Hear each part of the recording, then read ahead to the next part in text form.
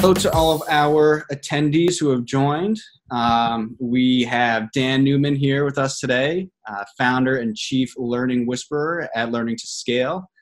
I think we all want to know more about what is a chief learning whisperer, but I'm sure we'll get to that. So for a little bit of context for everyone, so we actually had it on the calendar for Dan to do a session with Venture Lane members around employee retention.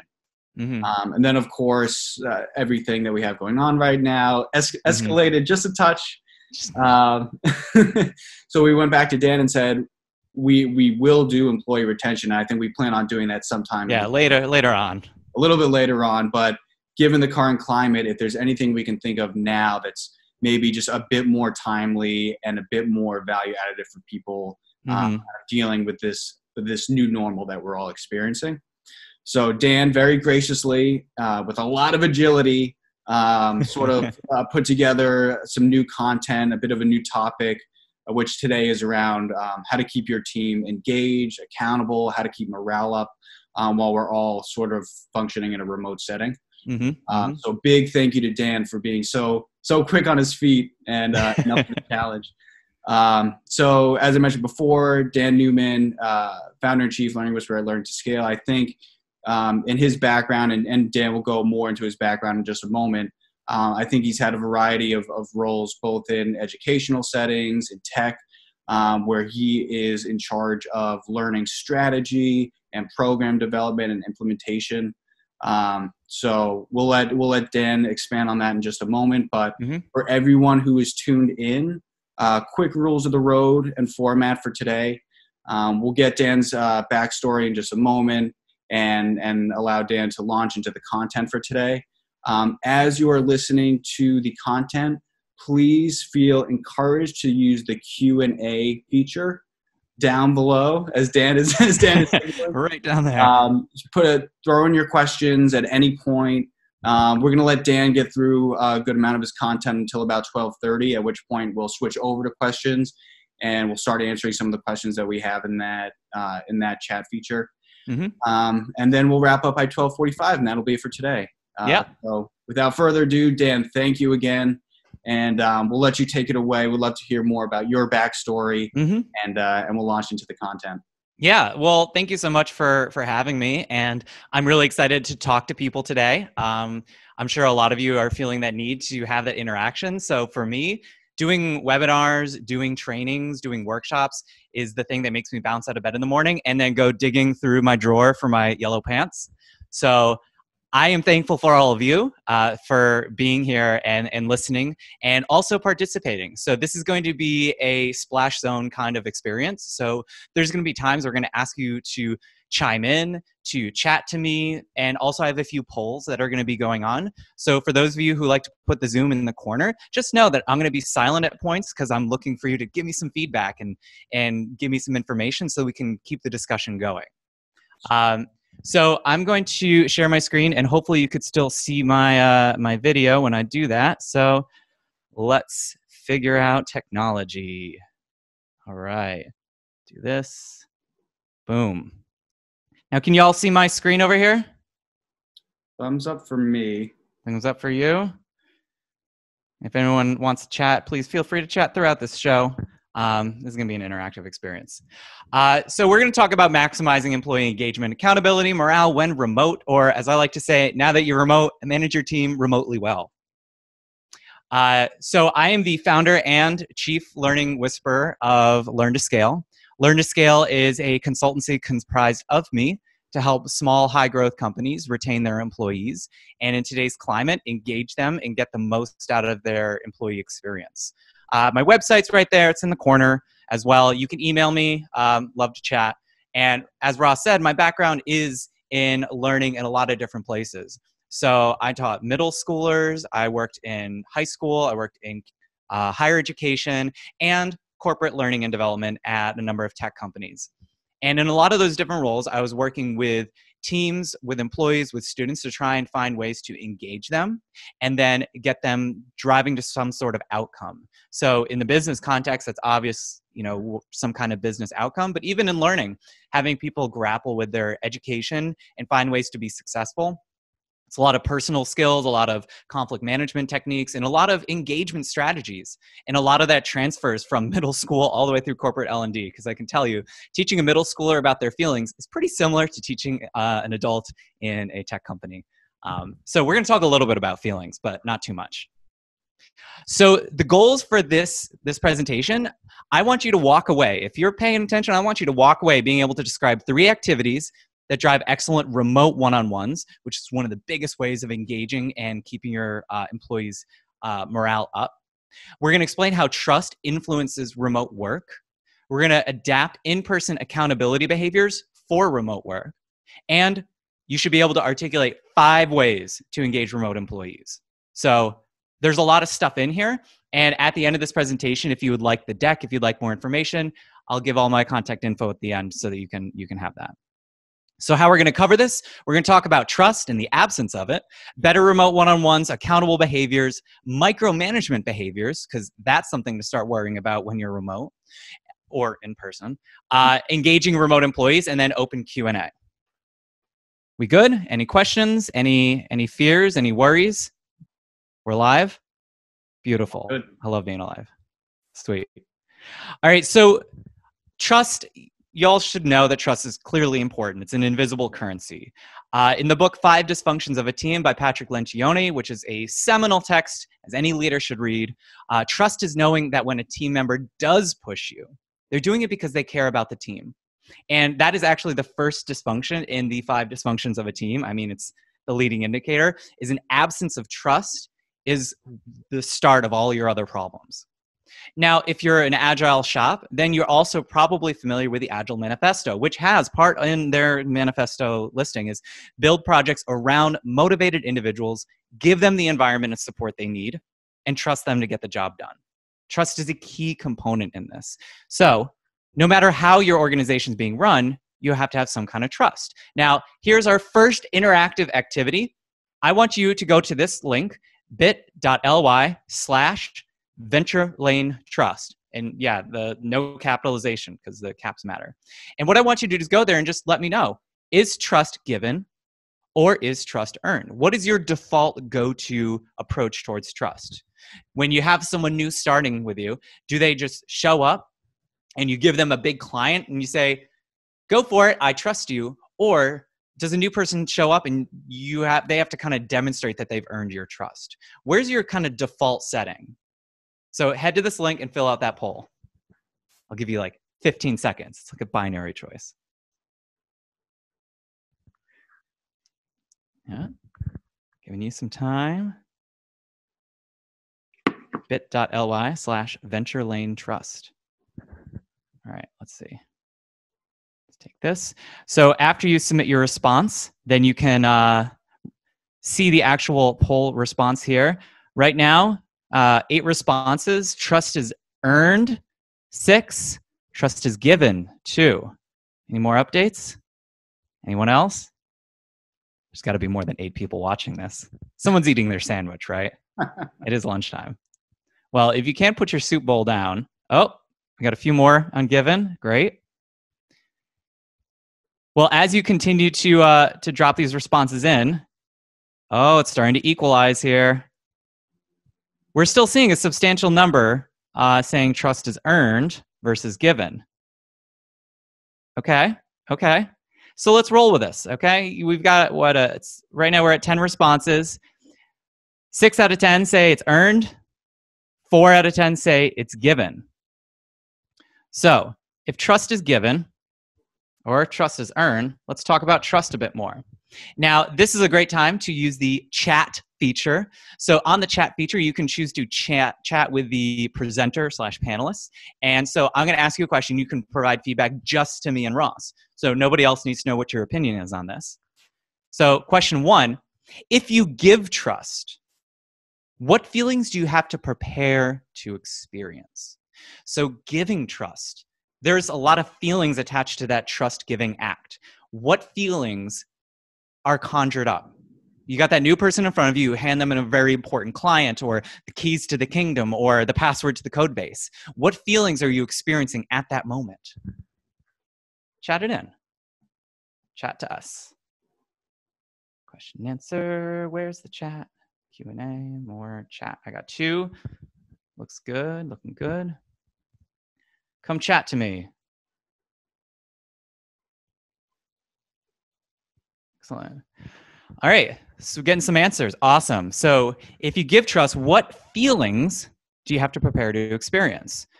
Feeling safety or risk towards how the person is going to manage the situation. Awesome. There's nervousness. You know, you're nervous. You're giving someone trust. It may make you feel a little weird inside. You might feel pride at what you're handing over. You might be worried about being let down. You have to be open to different types of mistakes. These are awesome responses. Anxiety and fear. Oh, that's a big one. Will my expectations be met? Did I set expectations, communicate my needs? These are awesome responses. These are definitely the types of feelings that you're going to go through if you give trust. Now, identifying that you have these feelings is great. Now, as a follow-up, what messages do you communicate with how then you respond to that trust activity? So whether you're giving trust or asking that trust to be earned, what messages are you sending to your employees? Because these messages that you send deeply engage them or turn them off. So chat it back to the panel presenters. Let us know what you think to this second question. What messages do you communicate through how you approach trust? I know, these are thinkers, right? Who thought this webinar was going to have so much chatting? And what messages? Dan, just to clarify, are these messages that you're out loud explicitly and intentionally communicating, or things that you think you might not intentionally be sending out there, but you're still kind of getting a certain kind of like below the surface message across? It's honestly both. Whether you're intentionally saying, I trust you, therefore I am expecting you to do XYZ, then that's definitely an overt message that you're given. But also the juicy bits here is the stuff that you don't quite realize that you're communicating. So, you know, if you say that trust needs to be earned, are you telling them, you know, implicitly that you don't trust them now? Is that a message you're saying? What other messages might you say, whether implicitly or overtly, to people when you talk about trust or when you do trust building activities? So great, awesome. You're communicating empowerment, excellent response. You're in charge. It identifies who has the power when you're giving trust. It shows your level of confidence. So if you're really not trusting them, then you're also not confident about either the situation or them and them in the situation. You're saying these messages like, we're a small company, so I need you to be trusted so I can get over responsibilities and focus on other topics. Awesome response. And yeah, another response came in, it depends. You know, sometimes it says directly, you can say directly, I trust your judgment. Do what you think is best. And then you also heard that trust needs to be earned throughout the career. And, you know, you've definitely brought up insecurity. Like, do they not trust me? Have I done something wrong? These messages are critical towards engaging your employees. And when you're remote, these messages both get lost and magnified. And so being aware of what these messages are critical towards engaging your employees more while they're remote. Excellent responses. We're going to have more times to chat. So I want to move now to talk about one-on-ones, because that's a time when you're probably going to be engaging in these trust building exercises, as well as just talking and communicating with them.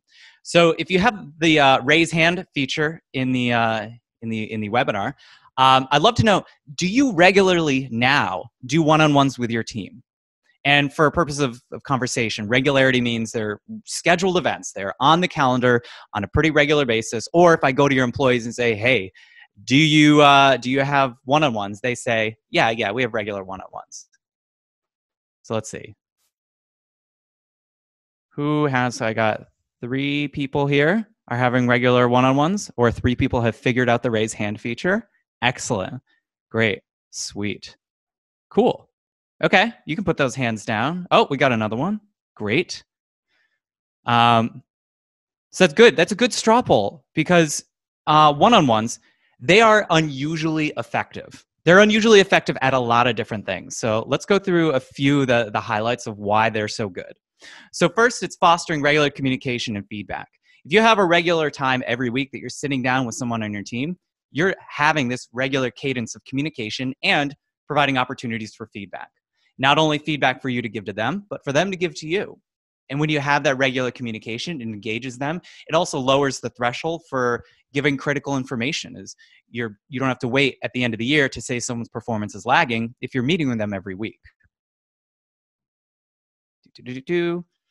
During one-on-ones, it allows you to recontextualize problems, explore different topics, and brainstorm solutions. So it's a great opportunity to work through current issues, whether business related, which they may come up in your one-on-ones, but also interpersonal related.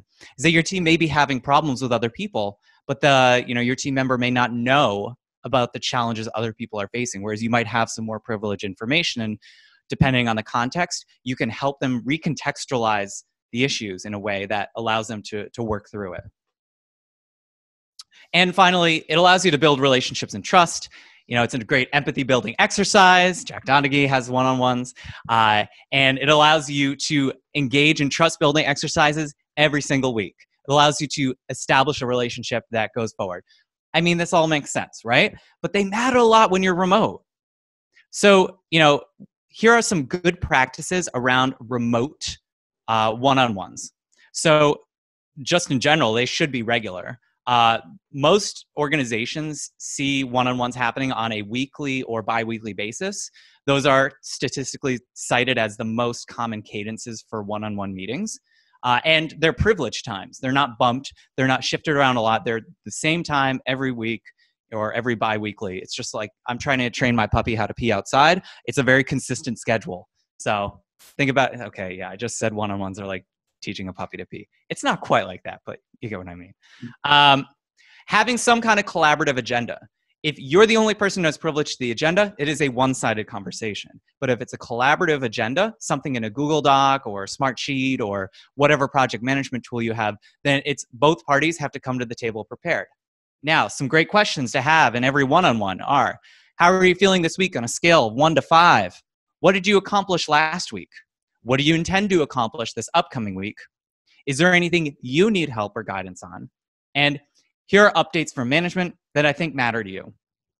If you ask these set of questions at every one-on-one, you're going to have a pretty good agenda for every single one-on-one going forward. It gives both people agency. It allows both of you to guide the conversation. Make sure that your one-on-ones start and end on time. This is trust that the time is important and it's sacred. If you're the kind of person who's not good with time, this is an opportunity for you to practice your time management. Because if you show up late, you're signaling under the radar that the time isn't as important. And I've sat in one-on-ones waiting for 5, 10, 15 minutes for my boss to show up. How does that make me feel? Does that make me want to be engaged? No. And also ending on time. I got things to do. I got the work we got to talk about. Ending it on time is important. And if you find that your one-on-ones are stretching longer and longer, it might be a situation where you need to figure out how to prioritize and delegate. Because a lot of those issues, if you're talking about every single issue under the sun, then it's really not a very productive use of time. So prioritize and delegate to make sure you stay on time. Quarterly, make sure that a conversation comes up around career, about their growth and their development, different types of opportunities for them to maybe learn new skills or shadow other people. And you could set that as a calendar event months ahead and just say, 3 months later, we're going to talk about you and your career. So come prepared. Got a few more in here. Feedback is, you're going to give feedback during one-on-ones. Great. The technique that I found in the literature has been kind of really, really sexy on right now is the situation behavior impact model of feedback. And it's pretty straightforward. You describe a situation from your perspective. You describe the observed behavior. And then you describe how the behavior impacted you. So it takes a piece of feedback that you want to give and really puts it on the behavior and an external thing, which is changeable. versus giving feedback on the individual saying, you're a failure, you're not going to be able to do this, I'm disappointed in you. They can't change their identity, but they can change their behavior. So, one example of how this might sound out, I've got a little script here. It's about Brad. Oh, Brad made a mistake. Hi, Brad. I'd like to provide some feedback for you about the meeting yesterday. Yesterday during the sync up meeting, I noticed that you spoke up often. What I observed was that 4 times that the customer provided feedback, you jumped in to provide an explanation. The impact it had on me was to question if you were listening to the feedback, and it made me worry that other customer feedback is being ignored. What was your intent during that conversation? There's feedback. You just gave some feedback. You observed a behavior. You gave some actionable questions of what was your intent. And it's something that you can do in person and you can do remote. So this model is just kind of a best practice out there. And then the last 2, documenting your action items, not only for reminding you in your direct report, but also it provides a track record of being able to actually accomplish things. And it provides a paper trail in case you do need to go down the road of letting someone go. Having those action items documented way back makes that conversation easier. Secondly, documenting praise and achievements. You're probably going to do performance reviews at some point. Documenting the praise and achievements when they're happening is miles and miles easier than trying to remember at the end of the year. These are all just one-on-one good practices. If you have other good practices, I'd love to hear more, and you can either chat it in. We're going to have a Q&A later on. We can share it out then. I'm looking at the time, and I want to move on forward, but I wanted to, if we had more time, I'd ask more about trust figuring into performance management. So these are just 2 questions to think about when you're looking at your one-on-one schedule and your one-on-one agendas of how does trust impacting these conversations, and what does one-on-one look like if the other person doesn't trust me? Just kind of assume for a moment. If they don't trust you or you don't trust your manager, how might those conversations look different? And then when you're imagining that, thinking of some actionable ways to address those in your one-on-one conversations will engage your employees more. All right, we're moving on. Let's keep going. So now let's talk about accountability while remote. That isn't micromanagement. So there's 4 behaviors that you can see in person very easily. You can see when people take ownership for tasks. You can see when they complete tasks. You can see when they're providing feedback, and you can see the check-ins. Now, when you're remote, you're not going to necessarily have the same methods of looking at these particular behaviors. So there's 4 different behaviors that are happening here. So there's a task setting ritual. There's a task completion behavior. There's some kind of communication channel, and there are touch points.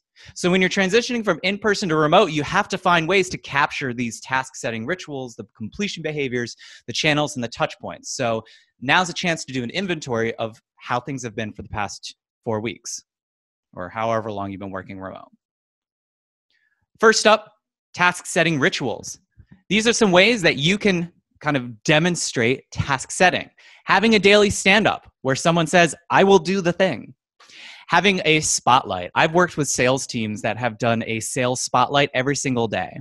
And that spotlight, they say how their performance was yesterday. They talk about what they intend to accomplish today, what they intend to prove, what they intend to do better at the end of the week. And because it's sales folks, they tend to be competitive. So it drives engagement and motivation. So that spotlight is something that can happen remote. It can happen in person, but it's an opportunity to engage in a ritual for task setting.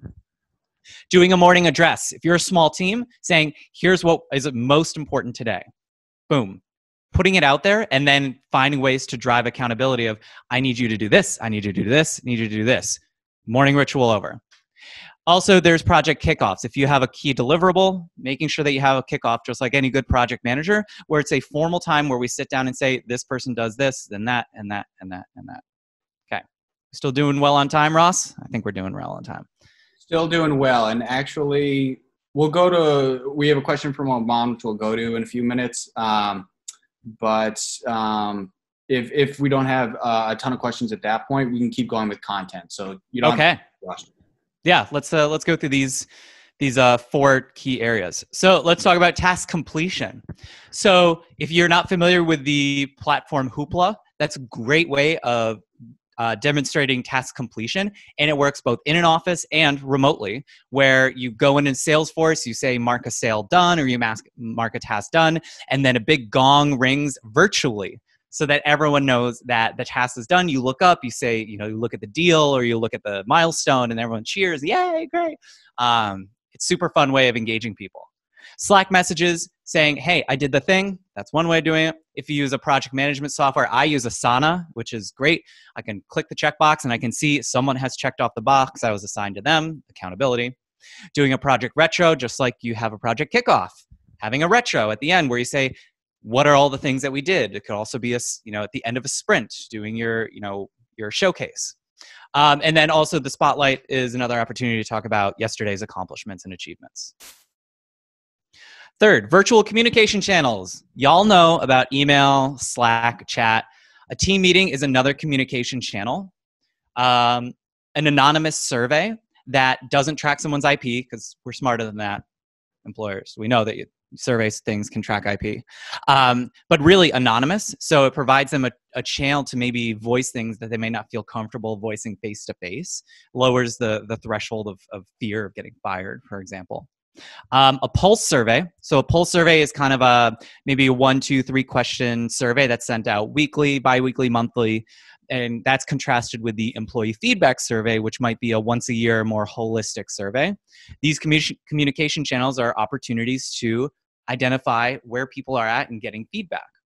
And also social events. Social times are when people tell you things. So if you have social events, then you're opening virtual communication channels.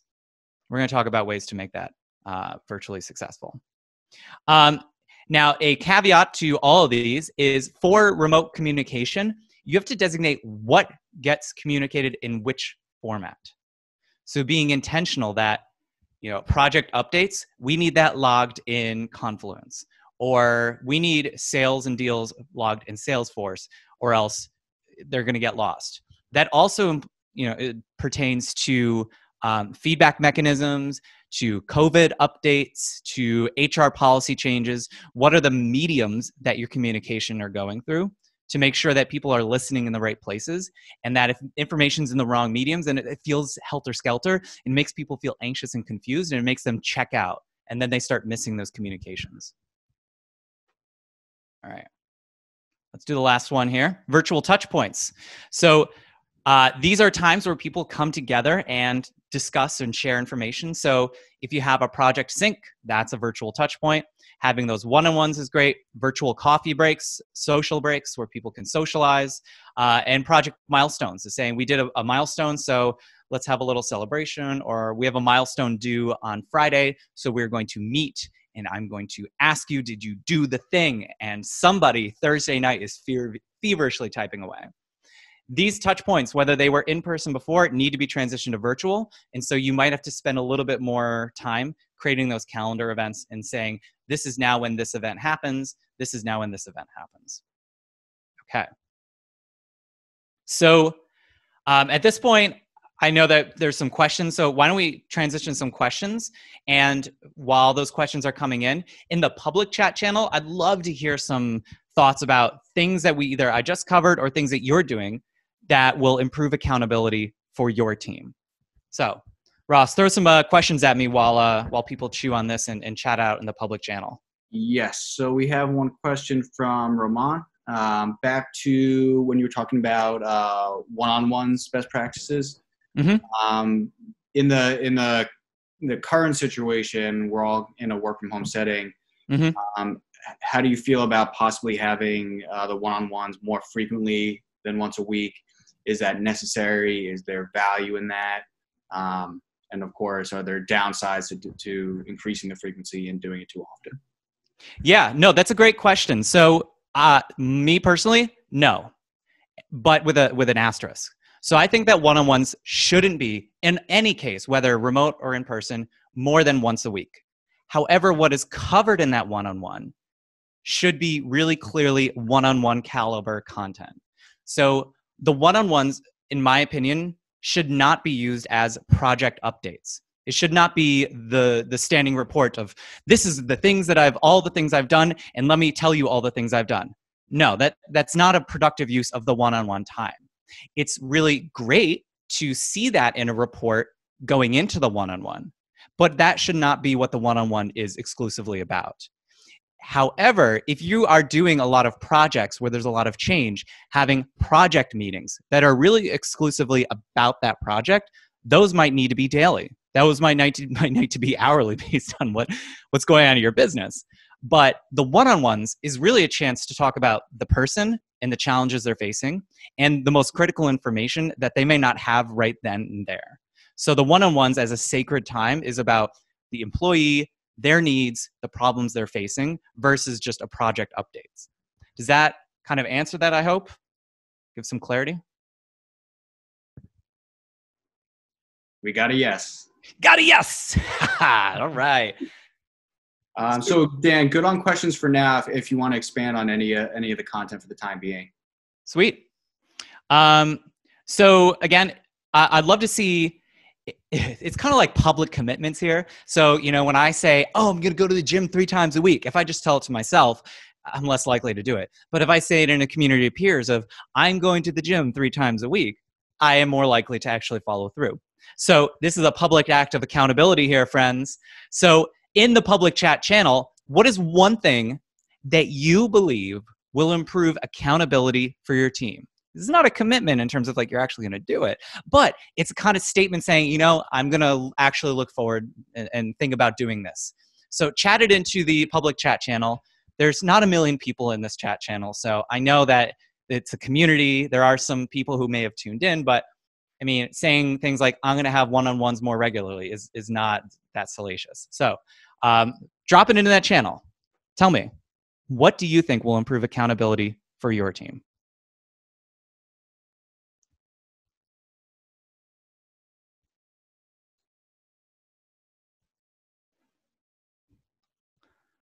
All right, Lauren, thank you.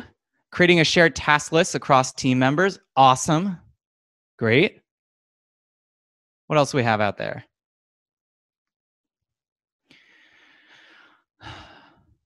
Romaine, we start the day by setting our goal for the day, ideally with metrics. Awesome. I love metrics. That makes it objective. Next day, we honestly provide feedback on past day and reflecting on analytics. So accountability is kind of checked every morning. That's great. That's awesome. Knowing that you're going to be in the spotlight is a great way of making people kind of step up to the plate and follow through. Great. Anyone else?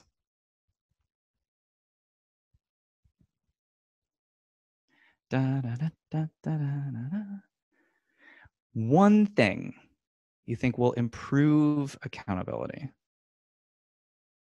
I know. It's the most participation-heavy webinar of the day, of the week. Dan, in the meantime, we actually have another question that we can go to quickly. All right, I'll answer the question, but I'm gonna wait for one more response in there. Okay. All right, let's see. Question, how do you successfully infuse the social aspect into remote working? What a marvelous question. I would love to answer this live because I have some slides on that. Oh, great. All right, let's see this one more response here. We're totally going to answer that question. Thanks, Christian. We currently do a daily digital stand-up. Now that we're all remote, we could probably increase accountability by making the stand-up notes more specific and focused, and improve digest and look into what we're each focusing on. Excellent. Love it. Nice. Okay. Please feel free to keep adding that stuff because all of these things that you're sharing here are helping others think of new ways that they can increase accountability in there. So let the conversation ride as we keep going forward. There are 5 things that I want you to just be aware of when you're talking about accountability is the risk of micromanagement. So accountability in excess looks like micromanagement. So if you find yourself asking, just checking in on this before something is due, you might be micromanaging the situation. Asking, can you just CC me on that is another reason of showing that maybe you don't trust them, or maybe you want to have a record because in the case that something hits the fan, you want to have the evidence. Oh, that might be a little micromanaging depending on the context. Saying, here's how I would do this before being asked. So if you want your players to step up to the plate, don't start swinging the bat for them. and saying, let me just do it. And you're doing a full swing and hitting for the bleachers. And now the person that you have hired to do said task has missed the opportunity to learn something new. And 5, and this is definitely a temptation when we're working remote, is mentally logging when someone is online or offline. There's that confirmation bias of when they're offline, they're not working. And that means that they're not doing what they need to do and they're not going to follow through. If they're producing the work that needs to be done, it's not worth your time and it's not worth your anxiety to log whether someone is online or offline. However, if there are performance issues, then those are opportunities to maybe have those conversations. But if you start looking for those performance issues, then you're looking at the leading indicators, but not the actual evidence. So the performance metrics of what they're actually doing is the things that should be managed quite closely. But whether they're online or offline is really not germane to that. It might lead to it. But anyways, so these are just some 5 things to just be aware of as you're continuing to move forward. So now I'm going to answer your question, Christian. Ways of socially infused social aspect into remote working. So institute gratitude. Gratitude in whether your team meetings or your project syncs are a great way of kicking off something that is normally a very task-focused conversation. So that could be simple as, hey, before we start this team meeting, what's one thing everyone's really thankful for this today or that they want to express gratitude for? Simple, lightweight, just a quick whip. And it changed the framing so that now they're approaching this in a much more positive mindset. And yes, gratitude works. You want to change your life? Write down 3 gratitudes every night before you go to bed. It's going to change you. All right. Celebrating milestones. So things like anniversaries and birthdays. You might not be able to order a cake if everyone's remote. However, you can do a lot of other things to celebrate those particular dates and those important milestones. So you can do things like send a card. You could chat out into the group Slack channel. If you can dig up some baby pictures, say, this little baby is a little bit older today. You could order them food delivered to their house. You order them a 1 lunch from whatever restaurant is near them or something that makes them happy. Just talk to them and say, hey, happy birthday. Let me buy you some lunch. Get it delivered to their place. Make a donation to a charity in their name. That's great for maybe a 2-year anniversary, a 5-year anniversary. You can imagine how engaged someone's going to be, whether they're in person or remote, that $500 on their 5th anniversary is going to the charity of their choice. Everybody wins here. Charity gets money. Employee gets recognized. Company has some corporate social responsibility, and the marketing people are going to give high fives all around. It's a win for everyone. What are some other nice things? Oh, some more momentous stuff. So I've seen organizations that when an employee's been there for maybe 7 years, doing something like a sabbatical, saying, you've worked here for 7 years, go take 3 months and just pursue something to your heart's content. We'll still pay you, and you'll have a job when you come back, but you've earned yourself a sabbatical. You bet the person in their 6 years is going to look forward to that 7th year. A cash bonus is a typical kind of like whatever, it's extrinsic, it's fine. But maybe dinner at the CEO's house, or maybe a virtual dinner in today's time. New equipment. So this is an easy win, is getting someone a new piece of equipment for their home setup. Saying, hey, you've reached a 2-year anniversary, so you've earned an upgrade to your equipment. How about a mechanical keyboard for your desk? Dan Newman loves using a mechanical keyboard. So that's a really nice perk to say, like, I recognize you. You did something really great. And it helps them do their work better. So again, that's nice. Social butterfly. So somebody on your team may be a little bit more junior, a little bit more entry level, or just might be very socially plugged in. When you're remote, if you intentionally designate them as like, hey, I want you to be a social butterfly. I want you to organize events. I'm going to give you a little bit of budget, and I want you to run programs as part of your responsibility. I want you to step up and do this. This is such a good development opportunity for an entry-level person to get exposure around the business and the organization so that then they start building those personal relationships with people and growing themselves. But you as a leader then have a deputy. You have somebody plugged into the social fabric that might be getting some information that you might not have access to. So it allows you to find out what's the pulse of people really through that social butterfly. Someone might call it a snitch or a plant. But if it's all above board, if you're not doing this for sketchy reasons to find ways to fire people, you can really delight people through that. Shared music playlist. There are a lot of platforms out there that are doing shared playlists. At the very easiest, you just create a Spotify playlist and say, this is the Venture Lane Friday Pump Up list. And then boom, you're all going to be listening to something together. There are ways to sync that up. There's also a plugin for Netflix. You can do Netflix Party, so you can all do Netflix together. So there's those shared types of platforms. There are remote events you can do. You can do show and tell, where you find something around your house and say, hey, Thursday, we're going to do show and tell. Find something that represents your childhood and then see what people present.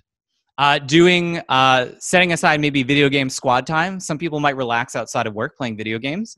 But create a platform, curate a space where they can maybe share their gamer tags or share the games that they're playing, so that outside of work, they can play together and do something social. Doing a Great British Bake Off at home. So maybe send out a recipe. Last night, actually, I did a community dinner with some friends, and we did shrimp scampi. And so we all just had our Zoom there. We all had the same recipe. We had somebody who had practiced it and kind of like gave us tips throughout it. And then we all got to eat it together and then share pictures of our shrimp scampi. It was great fun. And of course, I'm a pet person. My dog right now, Roman Noodles, is sleeping in his crate, which is a great place for a puppy to be, let me tell you. But having a designated day for people to show off their pets, have the woofing hour. And finally, trivia games. So I want to play a quick trivia game with all of you. Is that okay? Are you still awake? Still here? It's 12:44. Do we have time for a trivia game? I think one quick one, and then we'll wrap it up with final remarks. Okay, how about this? We'll save the trivia game for the end. And if people want to play, they can stick around. Sounds good. Okay. There's another survey. I think y'all have plenty of suggestions of ways to engage each other. If you share it out, that's great. But hopefully at the end of this, you've now been able to describe some activities that drive excellent remote one-on-ones, talk a bit about trust, adapting some in-person accountability behaviors for remote work, and 5 different ways to engage remote employees.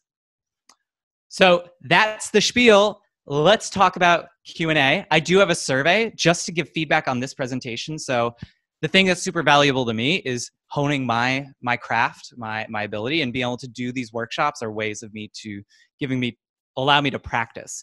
So please give me feedback. Tell me what went well, what didn't go so well. It's a really short survey, but it helps me be a better presenter. And now let's just do some open Q&A. And the link to the survey is there. There's my contact info. Let's chat. Awesome. Thank you so much, Dan. If anyone who is tuned in right now needs to step away, more than welcome to do so. It's 12:45. But if you do want to stick around, we'll do maybe 5 or so more minutes. Any other questions that people have, throw them into the Q&A portal, and maybe we'll wrap up, depending on the number of questions, with a quick trivia game, it sounds like. Yeah, it's specific to Venture Lane, so I had some fun putting it together. All right, well, we have one question in the portal, so maybe, Dan, if you don't mind taking a look at that one, and then we'll jump over to trivia. Yeah, absolutely. So the question is, what do you do when people are just not being receptive to the ideas, or there's not a lot of adoption? So it's an awesome question, and as someone who may be familiar with running forced fun events, sometimes people just don't want to participate. So that's tough, because really social events are almost a product unto themselves. It's a product towards employee engagement, making sure your customers, i.e. employees, want to be involved and want to spend the time and see value in that. And so there's a lot of things that you can do to try and make the environment a little bit more receptive. So having a senior leader be a part of social activities and social events sends a signal to the other employees that if this is worth the senior leader's time, this might be worth your time. Having a senior leader there also, for the ambitious people, says, oh my gosh, I can go talk to the chief, customer experience officer one-on-one while we carve pumpkins. That is a great opportunity for me as an employee. So I'm totally going to go. So getting the senior buy-in is a good way of increasing receptivity. Going to them as customers and saying, what would you want to do if I ran it for you? Or what would you want to do if you ran it? What if I gave you some money to run it? Even if it's not what you imagined it to be, if the customer's happy, you made a sale. So if you can find ways to bring people into the fold, either part of the decision-making process or part of the actual execution, then you're going to increase the likelihood that your customers are going to buy more and continue attending your social events. Now, having someone who's charismatic and having someone who builds relationships well is a huge way of building a pipeline of satisfied employees who want to participate. So there's a lot of different levers you can try.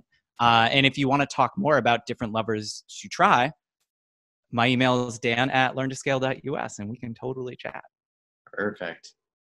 All right. I think so. I think we're good on questions with that one. So quick trivia. Yeah, we could do a quick trivia. Hot quick trivia. Let's see. Share. So Kahoot, I found when I was working in schools, and it's super easy and super fun. If you haven't experienced it yet, you can get a really cheap membership. This is actually the free version, so I have no idea how many people are going to actually be able to join it, because when I used it in days past, you can have as many people as you want. But you go to the website on your browser or your internet device, kahoot.it, www.kahoot.it, and it's going to have a place where you can put in a number. So put in 858-8991. Put in that number, and then it's going to ask you for your name, and then whoop, you're going to be in the game. Everyone can play from their home. I think it's not limited to 3 players, but we'll see. So go to that website, put in the number. All right, Chris is a player. Come on, someone's going to compete with Chris. What do we got else there? There's got to be someone else out there. Someone's going to ask some questions. There's still some people in this webinar. It's only Chris. Chris, you're gonna crush it if we don't have anyone else come try and compete with you. So come on, there's got to be a few more participants that want to play. Go to kahoot.it and put in the numbers 858-8991. What do we got? We got Christine and Lauren. Welcome. All right. Hopefully we're not limited to 3 players. Player limit reached. All right. Well, the first 3, let's do a showdown. This is what happens when you use the free version for a webinar. This is great to know. All right. So let's play the game. Start. So everyone can play along at home. This is the basic edition. It's got 5 questions. I'll read off the question, and you're going to put it in. You're going to select the option that's correct. What is my name? Is it Dan? Is it Ryan? Is it Connor? Is it Nebuchadnezzar? Awesome. Great. Excellent. Great answers. Yeah, and you get more points if you answer fast. So I forgot to mention that. All right, let's try number 2. Here's the quiz. What is Venture Lane's Twitter handle? Is it @Venture Lane? Is it @The Venture Lane? Is it @The Real Venture Lane? Or is it @Ross is my homeboy? Correct answer was @The Venture Lane. It's a good thing I wasn't able to join in time, because I think I'd have an unfair advantage. All right, Chris is in the lead. Next question. Which province is Wuhan located in? Where is Wuhan? Is it Jiangsu? Is it in Beijing, Hubei, Wuhan? All right, good job. I hope no one Googled that answer. Lauren's on fire. Welcome to the lead, Lauren. Christine, come on, you could step it up. All right, true or false? The 5 Dysfunctions of a Team is written by Patrick Lencioni. Is this true or is it false? Blue is true, red is false. Is the 5 Dysfunctions of a Team written by Patrick Lencioni? We have 2 for true. Oh, someone did not know. Okay. Oh, Chris taking the lead. Great. Okay. Last question. Is this puppy cute? Yes, of course. All puppies are cute. Or I would like to pet that puppy. Great answer. All of them were correct. So well done. So that is the Venture Lane demo. With 2,475 is Christine. And second place is Chris. And then in first place, with 40 more points is Lauren. Excellent. Very good. Very good. This is done by the platform Kahoot. Hope you enjoyed.